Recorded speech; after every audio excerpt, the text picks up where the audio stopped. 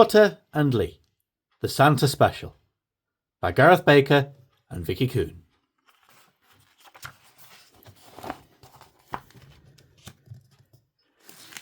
It was Christmas Eve at Butterley Station, and after a busy day of Santa specials, the trains were put away, the shop closed, and the lights turned off.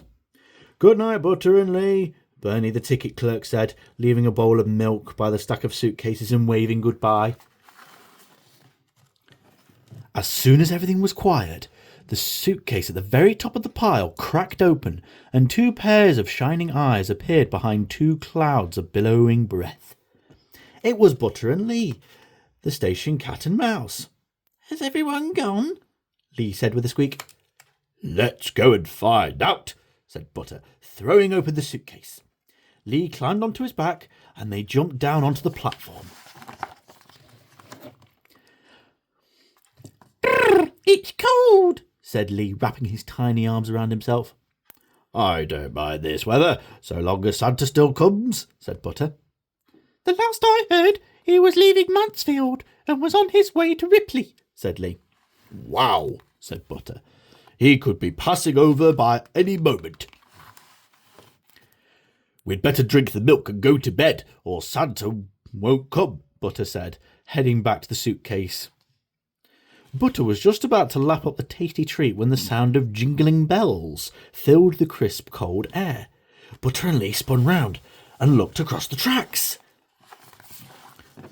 "I don't believe it!" Lee gasped as Santa and his sleigh flew down the platform. "Neither do I," cried Butter. "I think something's wrong. Santa's going to crash." Santa came to a stop under the bridge, but all the presents had fallen out of the back of his sleigh. Wanting to help him, Butter and Lee ran up the platform. "Santa, is that really you?" Lee asked, not believing his tiny eyes.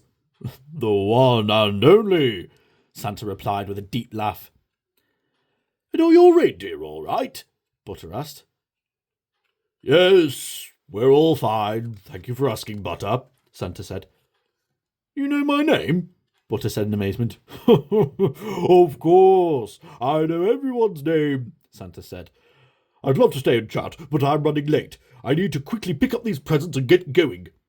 "Don't worry," said Lee. "We'll help you, won't we, Butter?" Butter nodded and rubbed his hands together. "Thank you, that's very kind," said Santa. Butter and Lee started looking for the presents.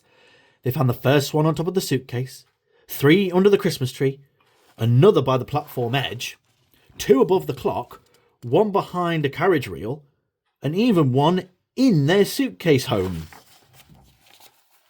"Well done, everyone," Santa said as he put the last present into the back of his sleigh. "I always remember the kind, helpful children. I'm sure there'll be an extra present for you tomorrow morning." Santa gave Butter and Lee a quick thank you pat on the head and climbed back into the sleigh. "Are you ready, everyone?" Santa called to the reindeer. Rudolph and the others began to pull the sleigh. As they moved up the track, a terrible screeching filled the air. "Something's wrong," Butter said. "Why aren't they taking off?" Butter and Lee ran to the end of the platform and stopped by the fence.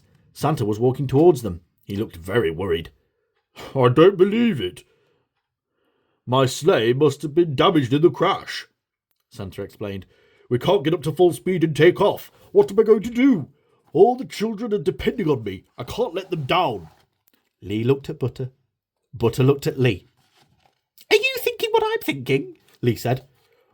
"I hope so, because I've had a brilliant idea," said Butter. "We're going to need everyone to help if we're going to get Santa going again, starting with Smithy the Owl." The words were hardly out of Butter's mouth when Smithy flew down from his home under the bridge and landed on Santa's shoulder. "There's no time to explain, Smithy. Take Lee, he knows what to do." Smithy carefully grasped Lee in his claws and took off. They quickly flew to Butley Reservoir and landed next to a swan's nest. "Wick, Wick, wake up!" Lee cried. "There's no time to explain. I need you to go to the chief fitter's house and get him to bring his whole team to Butterley. We have an emergency." Lee whispered a new instruction into Smithy's ear, and they flew down the track to the far end, where Riddings the robin lived. Riddings, wake up!" Lee cried, waking up the tiny bird. "We need you to go to the engine driver's house and get him to bring the fireman and the guard." Before Riddings could reply, Smithy took off, carrying Lee to their next destination. Back at Butterley, the doors to the booking office crashed open and people flooded the platform. "Oh my goodness," said the ticket clerk. "When Lee knocked on my door and said someone needed help, I didn't expect it to be Santa." "Right," said Butter, taking charge. "Fitters, I need you to repair Santa's sleigh."